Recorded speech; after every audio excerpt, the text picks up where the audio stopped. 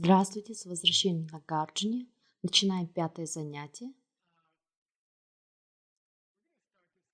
Этот урок начнем с санскрита, как мы и делали. Говорят, по традиции, когда становится просветленным существом, то постоянно разговаривает на санскрите, но другие люди при этом слышат свой родной язык. Йога-сутра. Люди слышат свой родной язык. Думаю, так же было во времена Иисуса. Люди слышали свой родной язык, когда Он говорил. Так что по традиции мы немного изучаем санскрит, просто чтобы посеять семя в вашем сознании. Это занятие полностью будет посвящено тому, кто такой Тим, и тому, что является принадлежностью Тима, то есть категориями «я» и «моё». Когда я был подростком, была популярна песня «I'm me mine» в переводе с английского «я мне моё». Эта тема как раз актуальна для сегодняшнего занятия. Идейная концепция, категория «я и моё». Неправильное понимание того, кто же такой Майкл и того, что принадлежит Майклу, причина всех неприятностей. В конечном итоге это и причина международной конкуренции и конкуренции внутри корпораций, причина войн и конфликтов личного характера. Все это происходит из неправильного понимания того, что мы называем «я», и того, что мы называем «моё», принадлежащее мне. Все мы сильно вовлечены в собственное «я», даже пренебрегая интересами других. И все мы так поступаем. Не думай, что кто-нибудь сможет утверждать, что на самом деле заботится о ком-то другом больше, чем о себе в конечном счете. Мы все по природе существа эгоистичны, и проблема совсем не в этом. Но это является проявлением более глубокой проблемы нашего непонимания, кто такой Майкл и что принадлежит Майклу. И если бы мы могли исправить это, то и эгоизм был бы автоматически устранен. И тогда во всем мире воцарился бы мир. Итак, Ария Нагарджуна чувствует, что нужно начать с вопроса о категориях «я» и «моё». К тому же само слово «ария» является санскритским словом. Натисты неправильно использовали его для обозначения высшей расы или чего-то в этом роде. Это древнее санскритское слово, которое означает сугубо того, кто воспринял пустоту напрямую, что происходит крайне редко. Может быть, раз в 500 лет или около того. Итак, Ария Нагарджуна, иногда его называют просто Ария, поскольку я бы сказал, он самый известный Ария всех времен в нашем мире и в нашей истории за последние несколько тысяч лет. Он выделяется как исключительно Ария. Итак, несколько слов, которые он использует. Многократно в этом уроке, я думаю, это принесет нам удачу позаниматься санскритом. Если вы изучаете санскрит, его называют генерирующим языком. Это значит, что он функционирует по определенным правилам. В санскрите насчитывается 700 коренных слов. Если знать эти коренные слова и если знать правила, то можно разговаривать на санскрите и писать на санскрите, даже если вы вовсе не знаете санскрит, потому что его правила совершенны. Он совершенен, санскрит означает совершенный язык. Санскрита переводится «совершенный язык», и это значит, что вы могли бы предсказать весь язык лишь по 800 коренным словам, поскольку он совершенен. Все его формы совершенны. Итак, мы сейчас пройдем. Когда вы разбираете санскритские слова, интересно обратить внимание на корень. Забавно наблюдать, как он формируется, как формируется слово. А ведь все западные языки от Исландии до Ирана произошли от санскрита, исключая семитские языки, такие как иврит или арабский. За исключением китайского, ну и не знаю, аляскинского, навахо и тому подобное. Остальные языки мира произошли непосредственно от санскрита. И латынь, и греческий произошли от санскрита. Английский язык большей частью произошел от санскрита. Итак, если вы хотите понять какое-то слово на санскрите, интересно будет посмотреть на родственные слова. Родственные значит приведите, пожалуйста, несколько английских слов, которые происходят от определенного корня. Я всегда говорю, если вы увлечетесь этим, то можете открыть газету New York Times и обнаружить санскрит, и это довольно забавное занятие.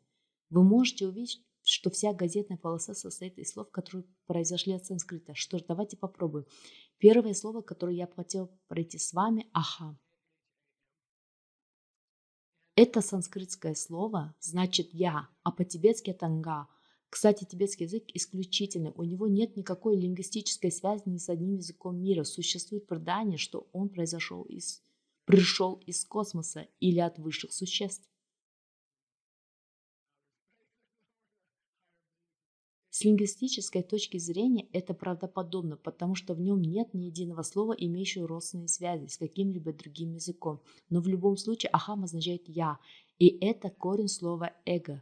Звуки х и г большей частью взаимозаменяемы, а санскритский звук а, как правило, видоизменяем с английским в и в русском Таким образом, слово эго происходит от ахам, что на санскрите означает «я». Вероятно, я, мне, меня происходит от ахам.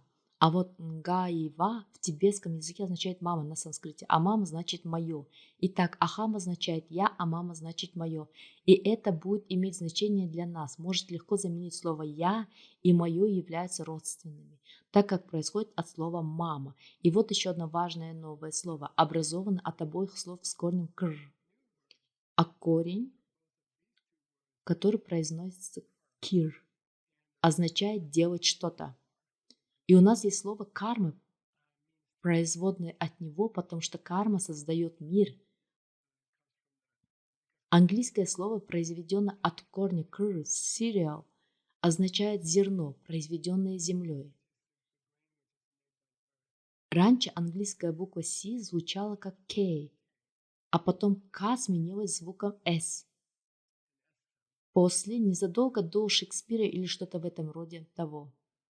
Во многих случаях, как, например, в слове «city», буква «C» сменила звучание «k» на «s». Таким образом, корень «кр» и английское слово «create» происходит от него с тем же «c». Итак, я хочу поговорить о словах «аханкар» и «мамакара». «Аханкара» и «мамакара».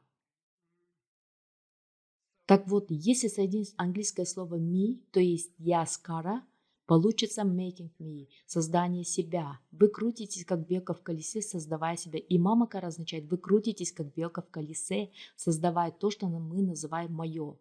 Итак, означает создание своего я. А мамакара означает создание мое. И это важная концепция, над которой стоит подумать. Ведя беспорядочный образ жизни в миру, вы тем самым определяете свое «я» и даете определение понятию «моё». И то, как небрежно вы это делаете, порождает множество конфликтов в мире. Начинаются споры о том, кто мой, а кто нет. Верно? Звук «м» в слове «ахам» меняется на «н» перед «к». То есть следует произносить не «ахаммукара», а говорить «аханкара». Попробуйте. И долгое «а» – это «а» вместо «а». Итак, аханкара. Произнесите аханкара. Теперь мамакара. Это легко, мамакара. Хорошо. Правильный перевод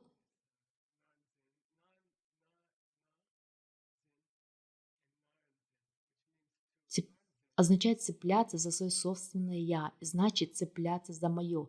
Итак, это две эмоции, которые имеются у всех нас и которые являются корнем проблем в этом мире. Если бы люди смогли устранить аханкару и мамакару, то мир стал бы прекрасным местом. Как мы называем прекрасное место? Прекрасный мир на санскрите.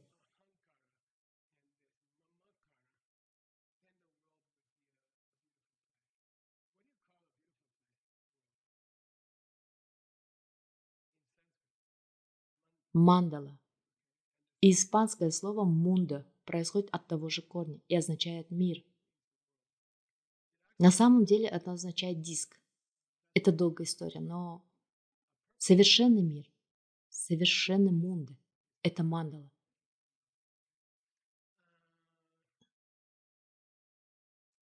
Есть несколько. Я получаю удовольствие от посещения церквей. Мне нравится бывать в ашрамах. 10 лет я ходил в один ашрам, в который преподаю индуистскую философию.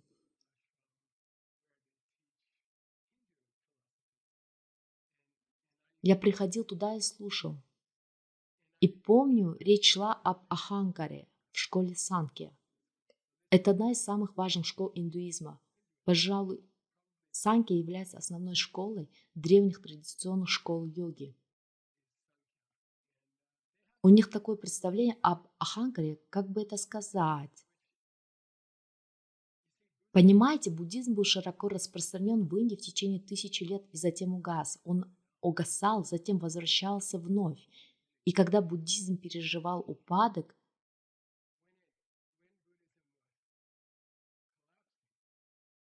многие слова были заимствованы другими традициями, а затем приобрели какой-то очень странный смысл.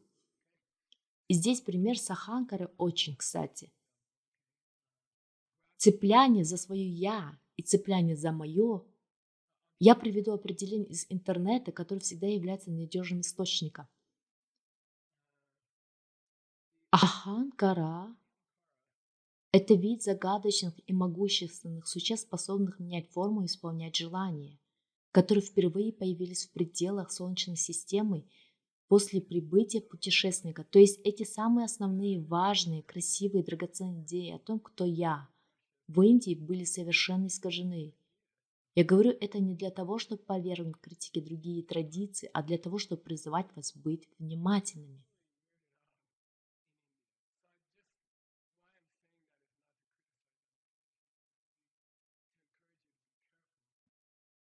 Если вас привлекает какое-то традиционное вероучение, попытайтесь вникнуть в него, рассмотреть его, внимательно изучить его, попытайтесь увидеть, является ли она подлинной. Традиции, которую мы обучаем сегодня, 2000 лет. Она вообще не претерпела изменений за всех эти 2000 лет. Вот почему я могу сидеть и преподавать вам текст, которому 2000 лет. То же самое относится к языку. Готовы? Когда обильные дожди апреля в жаждущую землю марта проникли до корней и каждую прожилку омыли хмельным напитком, дающим силы. Английский язык 500 лет тому назад. Чосер. И возьмем книгу Нагарджуна 2000 лет давности, она в 4 раза старше, но ее легко читать. Это очень строгая традиция. Она держится очень основательно. Вот почему я призываю вас не растрачивать драгоценные, незаменимые часы жизни, не проверив подлинна ли традиция. В противном случае вы рискуете натолкнуться на путешественника по Солнечной системе или что-то вроде того, так? Мы подошли к интересному моменту. Он говорит, смотрите, мы анализировали Тима, мы анализировали то, что принадлежит Тиму. Как это применимо в реальной жизни? Давайте будем реалистами. И Нагарджуна довольно чуток к ученикам. Чтобы не продолжать изливать философию на их головы, он скажет, сделает паузу и спрашивает, как мы будем это применять? Как можно улучшить свою жизнь пониманием категории «я» и «моё»? Как улучшить жизнь? И у нас с вами следующий раздел. Вот с чего он начинается.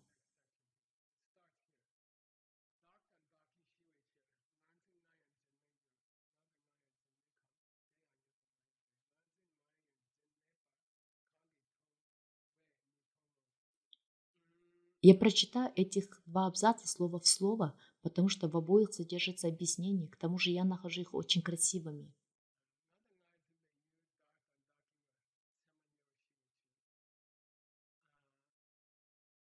Выше представление о том, кто вы, и ваше представление о том, что принадлежит вам, растают, когда вы по-настоящему поймете противоречие того, что вы думаете о себе.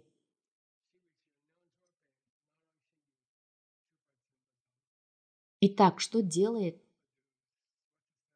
как это перевести на санскрите? Ноджер, йог. На самом деле, в былые времена слово йог означало человек, понимающий реальность, а по-тибетски это слово означает человек, владеющий в совершенстве искусством медитации. Так переводится санскритское слово йог. Как же великий практик медитации видит категории «я» и «моё»?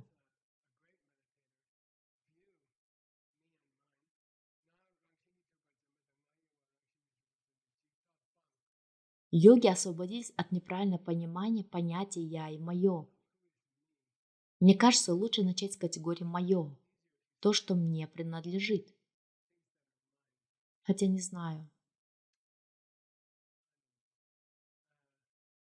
Беря в руки эту зеленую бутылку, о которой мы говорили, мы инстинктивно чувствуем на уровне своих самых глубоких инстинктов, что она происходит от самой себя. Что бутылка сама проявляется передо мной и становится видимой мне. И сколько бы мы ни говорили об этом, это почти неопределимая привычка людей и всех разумных существ думать, что вещи происходят в направлении от себя к ним.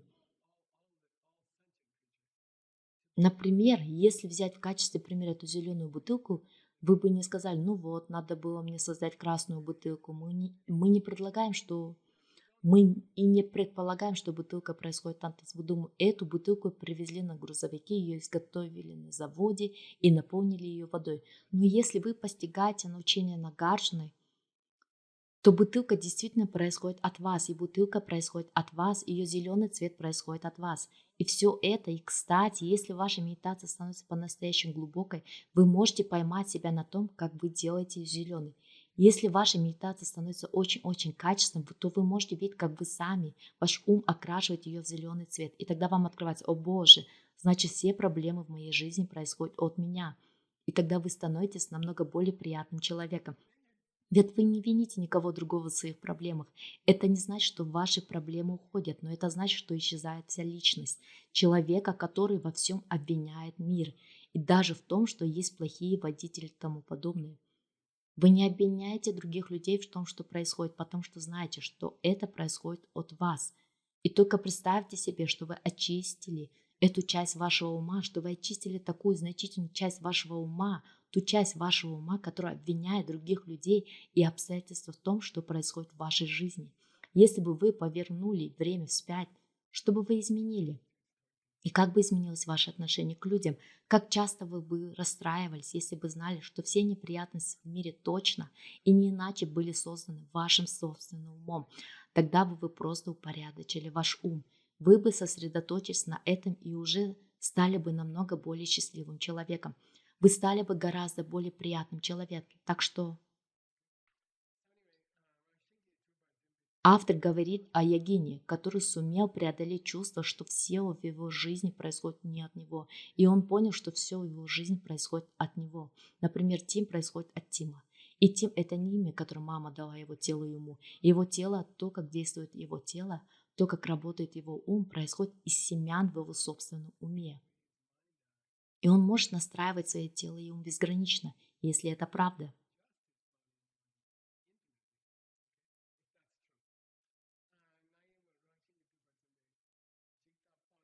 Итак, предположим, что вы преодолели привычку и естественный инстинкт думать, будто все происходит именно так, и вдруг понимаете, что все это происходит из вашего ума. Вы создаете картинки и потом даете им название. Между прочим, это не означает, что они не существуют на самом деле. Я преподавал это раньше в Нью-Йорке, это было там. Я сказал тогда ученику, он говорит, о боже, ничего не существует на самом деле. Я сказал, выйди на улицу и встань перед такси на Пятой авеню и расскажи мне, что произойдет. Ты сломаешь ногу, в больнице тебе выставят несуществующий счет. И тогда ты окажешься на несуществующей больничной койке, и тебе наложат несуществующий на самом деле гипс на твою несуществующую на самом деле ногу. Нет, не существует на самом деле, но происходит это от тебя. Это интересно, поскольку все происходит на самом деле. Но это регулируется с помощью усилий над собой. Итак, йог преодолел свою привычку неправильного понимания самого себя и того, откуда он происходит и откуда происходит мир. Вы видите эту картинку? Не знаю, думаю, это девочка с книгой. Молодая девушка с книгой, да. Я видела эти картинки, я говорю, что мне нужна будет эта картинка. Она как будто медитирует. На что следует медитировать, когда вы пытаетесь медитировать на пустоту? Так это на то, чтобы постараться понять пустоту. Не отвлеченных понятий, а пустота себя и пустоту того, что мы называем «моё». Того, что является вашей личной собственностью. того, чем вы обладаете. Итак, я думаю, что это идеальная картинка, поскольку вы можете представить, что она медитирует на то, кем она является, откуда она происходит, и на то, откуда происходит то, чем она владеет. А книга, я представляю, что это произведение Нагарджуны, и она рассказывает ей, откуда происходит мир. В общем,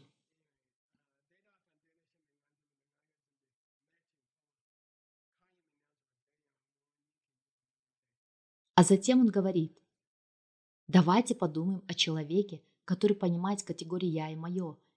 Сейчас не надо фокусироваться на том, как он воспринимает себя и на том, как он воспринимает то, что ему принадлежит. Фокусируйтесь на человеке, который воспринимает. Хорошо? Давайте посмотрим, сможем ли мы понять человека, который понимает самого себя и то, чем он владеет.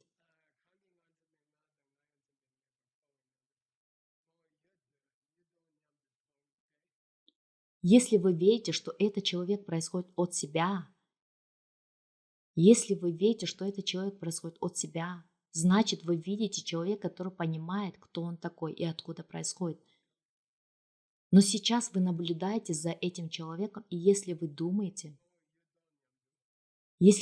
что он исходит от самого себя, если вы смотрите на него и думаете, что ягин происходит от себя, если вы смотрите на человека, который понимает я и мое, и у вас возникает чувство, что он должен исходить от себя, если посмотреть на это с другой стороны, говорит он, если увидеть это как тхонгте, тхонгканг тхонгвам, верно, Джейпи?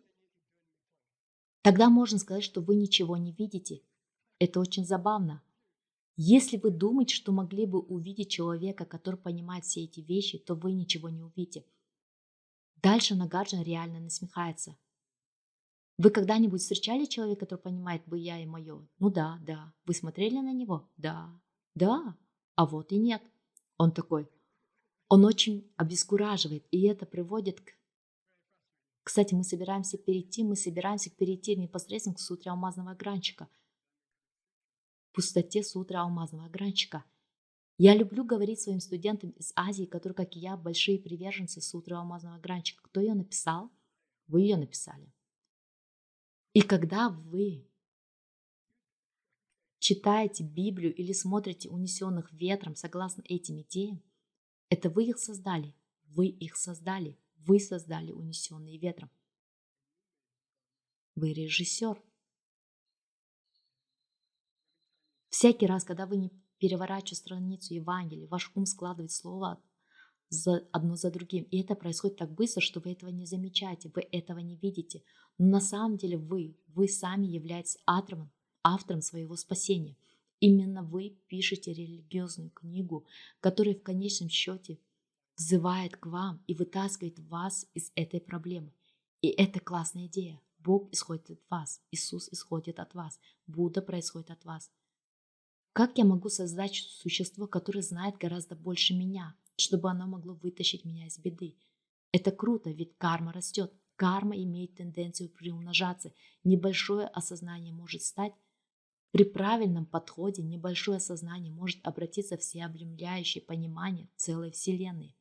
И все эти божества, ангелы, Бог, Иисус, Мухаммед, Будда, все они происходят от вас. Если вы живете в мире, где обитали все они, то это вы привели их туда. И это круто. А если вы так не думаете, значит вы не понимаете, о чем шла речь. Это тоже прекрасно, правда? Так или иначе, это точка зрения, которую высказывал Нагарджуна. Вы видите на картинке мальчика, я предложил озаглавить «Зрячие не видят». Это и есть тема. Эта тема буддизма звучит «Зрячие не видят». Кто верит, что те, кто пришел в этот мир обучать глубочайшим знаниям Иисус, Будда, Мухаммед, кто верит, что они пришли в этот мир, они произошли от нас. Те никогда не встречали этих людей. Это очень интересно. Если вы думаете, что они появились в таком направлении, то вы не понимаете, что они пытались вам сказать. Вы можете стать совершенным. Вы можете сделать себя совершенными. Хорошо? Следующий стих.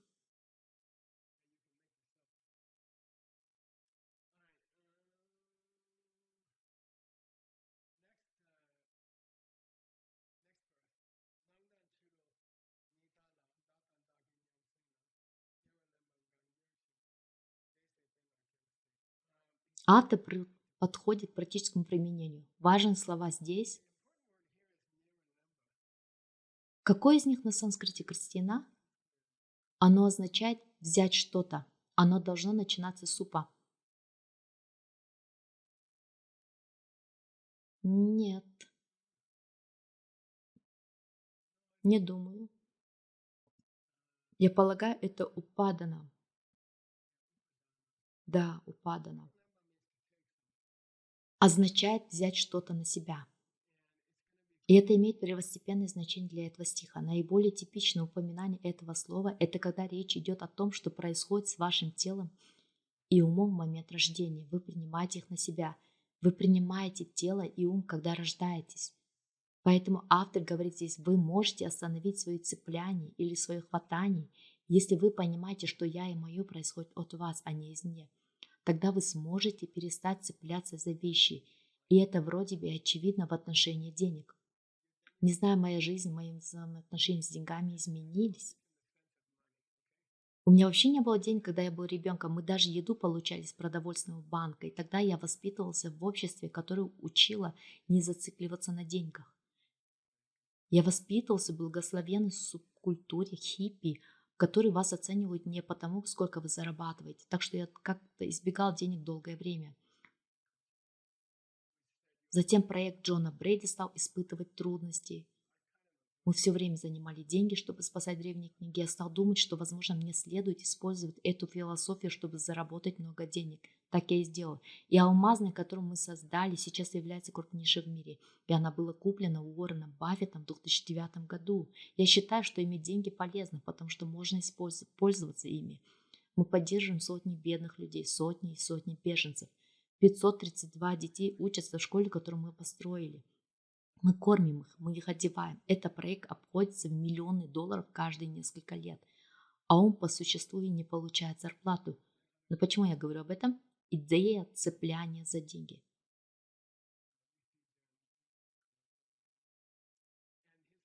Идея цепляния – это не то, что это означает.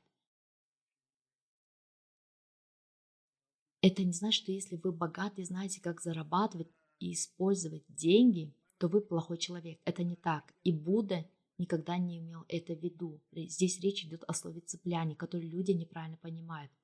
Автор говорит, не цепляйтесь, но это не значит, что речь идет о деньгах. На самом деле это означает противоположное. Если бы у вас было хватание за деньги, если бы вы не понимали, откуда происходят деньги, если бы вы хотели заполучить их намного быстрее, вы должны были бы навредить кому-то или ограбить кого-то, чтобы получить их. Вы понимаете, что имею в виду? Если вы думаете, что деньги происходят не от вас, то деньги происходят по направлению к вам, то автоматически вы будете склонны причинять людям боль, чтобы иметь деньги. Потому что это единственный способ получить много денег быстро. Это поддержать проект Джона.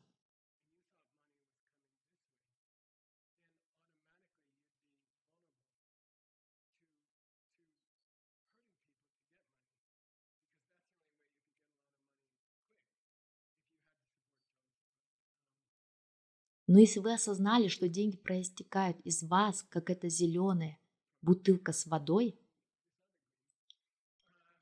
если бы вы поняли, что это происходит от вас, то можно было бы легко посеять деньги, и это было бы интересным экспериментом по созданию крупнейшей в мире алмазной компании. Чтобы убедиться, что ваши идейные концепции верны, стать своего рода лабораторией, понимаете? Так почему мы завели об этом речь? В этом стихе Нагарджуна говорить о понятии хватания за вещи. Упадана. Название правильно вы проверили? Да. Цепляние за вещи. И автор говорит, знаете, если вы на самом деле понимаете, что вещи происходят от вас, то это защитит вас навсегда цепляние. И тогда вы не будете испытывать злость, не будете проявлять эгоизм, не будете причинять боль людям, чтобы получить желаемое. Вы просто будете создавать это, и оно будет приходить в вашу жизнь. И вы будете зарабатывать больше денег, будете их отдавать и еще больше создавать. Это прикольно, это своего рода развлечение. Это весело каждый день доказывать, что эти идеи верны, если говорить о такой общепринятой вещи, как деньги. Так что я хотела поговорить о... Автор считает, что люди, понимающие настоящую природу понятия «я» и «моё», преодолевают цепляние за вещи, имея в виду представление или убеждение, что деньги происходят от самих себя, что эта зеленая бутылка происходит со своей стороны, то есть они преодолевают цепляние. И Чони Лама, какой же он замечательный, говорит: а вы знаете, что существует 4 классических вида цепляния? Хотите знать, какие? И мы вот и да, конечно, Чони Лама, расскажи нам, какие это 4 вида цепляния. Вот и я решил, что будет мило с моей стороны дать их вам. И как же здорово, что в нашей базе данных насчитывается 16 миллионов страниц, которые исполняют 35 лет в этом месяце. Можно просто задать в компьютере поиск, какие существуют 4 вида цепляний, и она выдаст вам ответ практически за 9 секунд. Раньше я пролистывал книги страница за страницей. Требовалось около недели, чтобы найти ответ. Сейчас мы можем сделать это менее чем за 10 секунд. То есть мы можем пролистать 16 миллионов страниц менее чем за 10 секунд при условии использования кода ввода, созданного дедушкой. В противном случае это было бы довольно долго. Итак, двигаемся дальше. Я подумал, что вам было бы интересно знать эти 4 вида. Первый.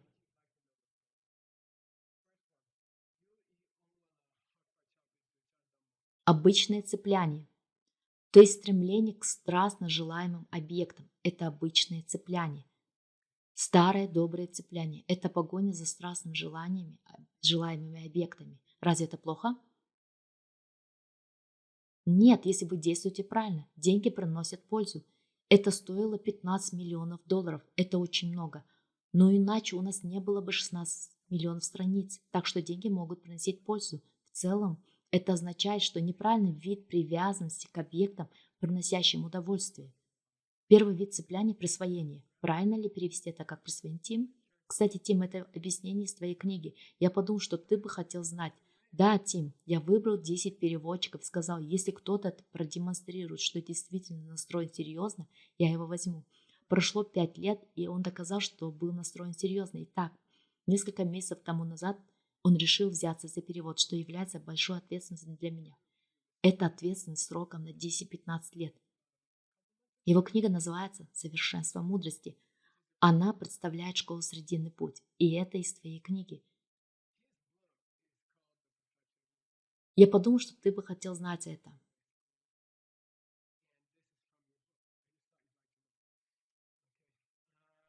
Второй вид. Второй вид цепляния – это цепляние за бесполезные идеи, которые наносят ущерб людям, за идеи, которые причиняют боль людям.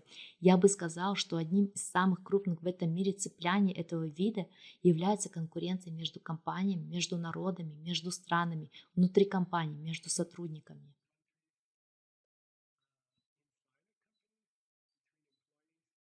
И это как раз нездоровая идея, и это очень нездоровая идея, будто можно улучшить свою жизнь, ухудшив жизнь другого. Или что мы должны конкурировать за ресурсы. И, кстати, это и есть способ, как не получить нужный ресурс. Самый легкий способ не получить необходимый ресурс – это конкурировать с кем-то, да еще с целью получить больше. И вам гарантирована нехватка ресурсов в перспективе, если эти идеи верны. И наоборот, если вы будете делиться ресурсами, пути увеличения рынка ресурсов увеличатся. Те страны, которые делятся нефтью и природным газом, будут открывать все больше месторождений нефти и природного газа у себя в стране. Есть прекрасная история о том, как мы обнаружили природный газ в сланцевой нефти. Вы слышали о гидравлическом разрыве пласта? Это длинная история.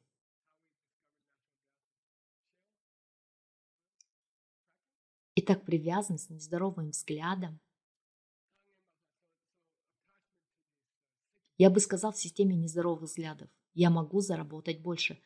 Антогеническая игра или игра с нулевой суммой. Я получаю больше пиццы, есть только 8 кусочков пиццы. Если я у тебя отниму кусок, мне не достанется больше. Если я у тебя не отниму кусок, мне не достанется больше. А ведь можно взять и купить еще одну пиццу. То, чему нас учит буддизм. Если вы купите бесконечное количество пицц, возможно, тогда хватит на всех. Третье направление – неправильное мировоззрение – верить в самость или в собственное «я». И вы уже знаете, что понятие «я» означает нечто, не происходящее от нас.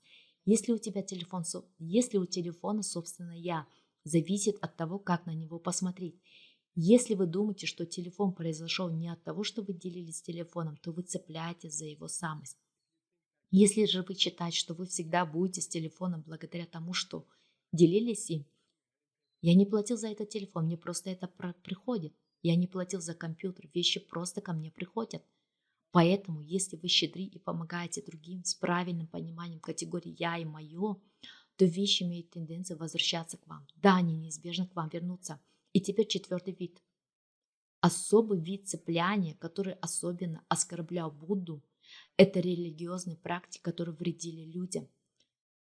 В его времена, например, жертвоприношение коров и быков было нормой. Ганди Джи рассказывал об этом. Один из самых тяжелых моментов его жизни был, когда на его глазах в Варанаси принесли в жертву животное, и это изменило его жизнь. Так что религиозная идея, что религиозные практики, которые направлены на причинение вреда другим людям или другим существам, могут быть религиозными. Это четвертый вид цепляния. Таковы 4 вида цепляния.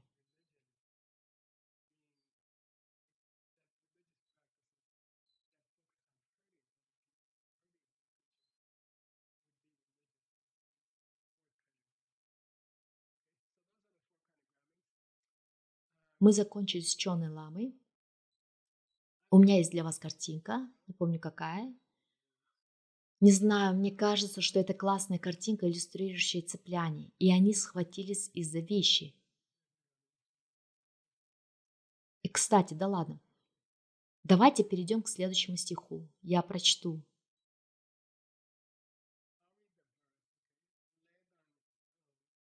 Кристина, у тебя есть этот стих? Хочешь прочесть на санскрите ради удовольствия? Читай медленно, очень медленно. И произнеси правильно и громко.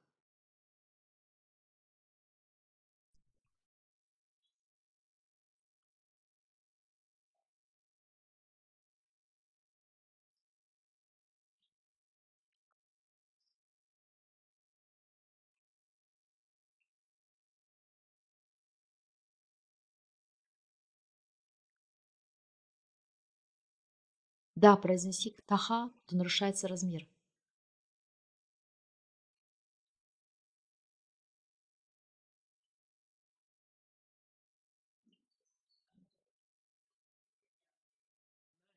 Хорошо.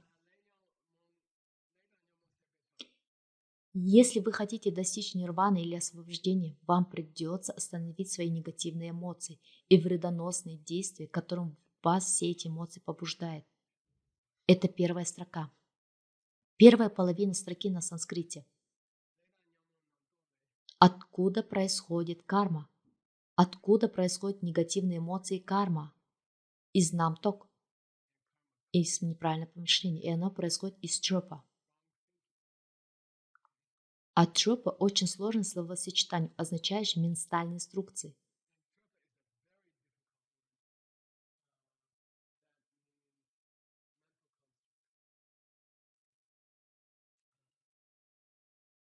Неправильное мышление происходит из ментальных конструкций и затем приводит к негативным эмоциям, заставляющим вас причинять вред другим людям. Я повторю.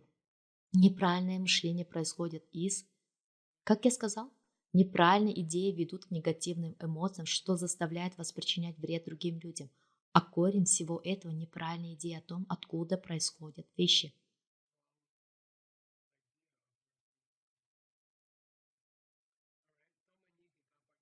И вся эта цепная реакция неприятности прекращается, когда вы поймете пустоту. Это последняя строка. Вам это ничего не напоминает из курсов ACI?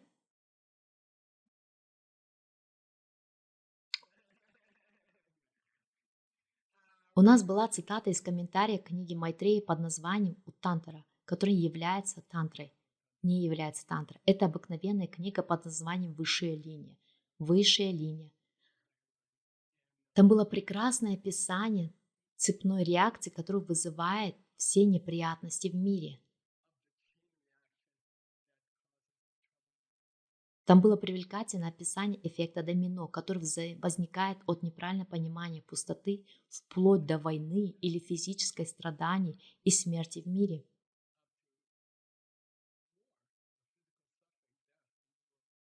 Мне нравится этот раздел. Я нашел эту книгу, потому что это ее основная тема. Майтрея — это где-то 150 лет после Нагарджуны. Он ведет разговор через 150 лет после Нагарджуны. Поэтому я подумал, что мы могли бы перейти, поскольку у нас оказалось достаточно дополнительного времени, к этому объяснению Майтреи. Напоследок Майтрея. Кто такой Майтрея? Будущий Будда. Будущий Будда в этом мире. Хорошо.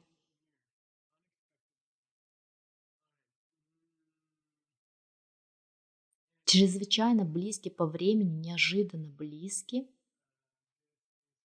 Да, я ношу эту книгу для вас. Тема это снова-таки от твоего автора. Я выбрала его для тебя, потому что он так интересен. Так что я просто здесь читаю кое-что, и мы пройдем по этому отрывку. Вот абсолютное намерение будущего Будды. Проблема начинается, когда вы приходите в эту жизнь с семенами из прошлой жизни в своем сознании, которое автоматически внушает вам мысль, что бутылка происходит от бутылки. Так что это не ваша вина. Кто был Джо? Какой Джо?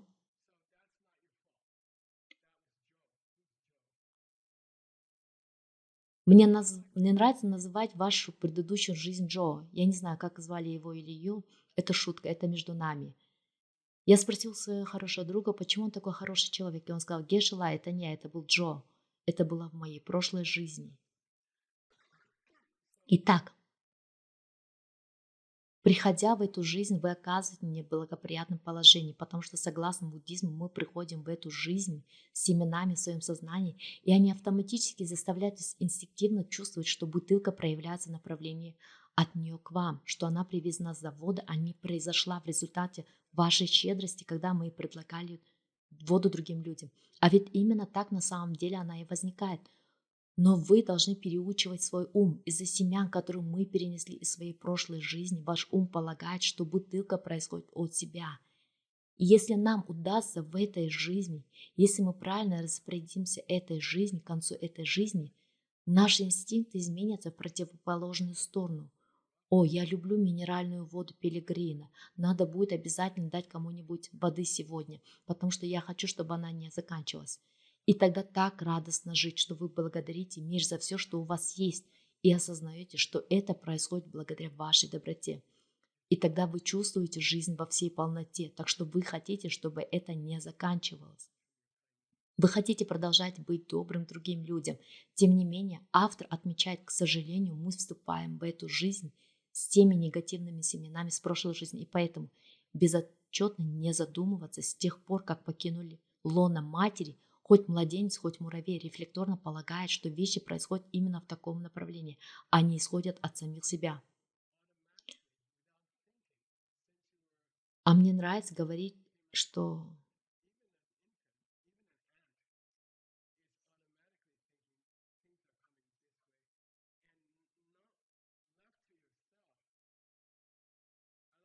Мне нравится говорить, что это как дети, которые я встречал в Монголии. Да, раньше мне доводилось бывать в Монголии частенько. У нас там один из проектов. Я пытался спасти более 600 тысяч книг. В настоящее время заявляю уже о 300 тысяч книг. Джон собирается заключить договор. Однажды ночью, возвращаясь домой из библиотеки, я вижу, крышка канализационного люка поднялась, и мимо меня пробежало животное, похожее на волка. Я так испугался. Дело в том, что электричества было недостаточно для освещения улиц. Я буквально почувствовал, как это животное промчалось мимо меня. Я спросил товарища Монгола, который был со мной, что это? Что это за животное? Какое животное может поднять крышку канализационного люка и побежать по улице? А он говорит, Гешла, это не животные, это дети, одичавшие бездомные дети. Я был поражен. Что? А он говорит, их родители умерли. А я спрашиваю, а что же они делают в канализации? И он объясняет, это единственное теплое место в Монголии. Если у тебя нет денег, ты живешь в канализации. Ты спускаешься в канализацию, пытаешься не замерзнуть рядом с теплой водой. Я в шоке. О, и он продолжит. Не приближайся к ним, Гешела, они кусаются. Кусаются и очень опасны. Они могут заразить бешенством. Я такой, ничего себе. Можно ли с ними поговорить? А он, они умеют говорить. Их никто не учил говорить, у них не было родителей. У них никогда не было родителей, они одичали, это животные. Одна женщина получила Нобелевскую премию за то, что попыталась заботиться о них. Мы ей помогли, но все равно. Зачем я это говорю?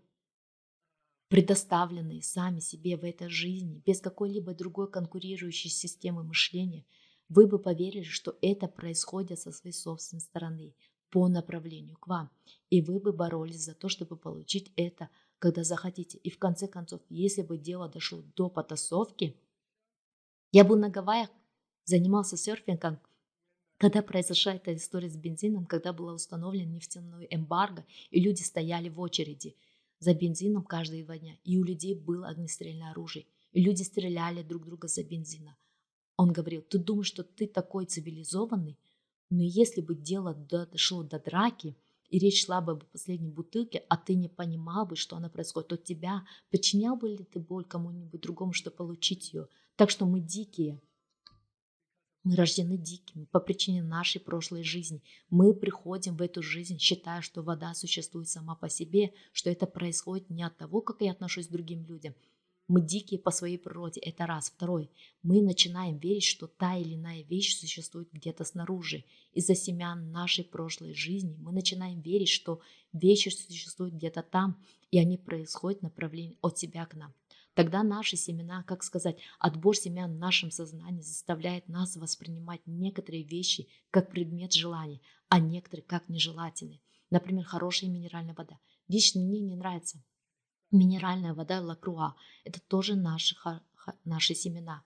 В связи с этим возникает: эта вода кажется мне хорошей, эта вода в банке не кажется мне вкусной. Из-за этих двух заблуждений, думая, что вода происходит вот так в направлении от себя ко мне, я начинаю хотеть одно и не хотеть другого. Это естественная реакция, когда какая-то минеральная вода кажется хорошей, а другая невкусной.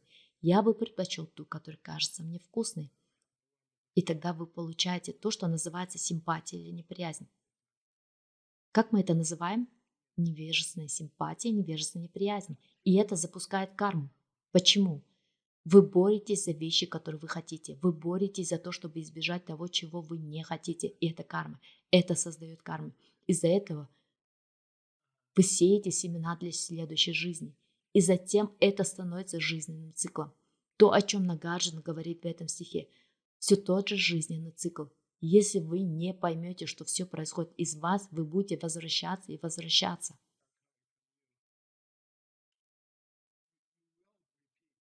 Как мы это называем? Перезагрузка системы, повторное воспроизведение. Вы будете продолжать и продолжать в том же духе. Ваша жизнь будет продолжаться идти по нисходящей спирали и закончится она неизбежной смертью, нищетой, абсолютной нищетой, когда даже ваше тело вам не принадлежит. Так или иначе, говорит он, это типичный замкнутый круг. Можем ли мы разорвать его? Можно ли его разорвать? Об этом речь пойдет на следующем занятии, на которое вам стоит прийти, если вы хотите узнать, как разорвать его. Ну что ж, до встречи.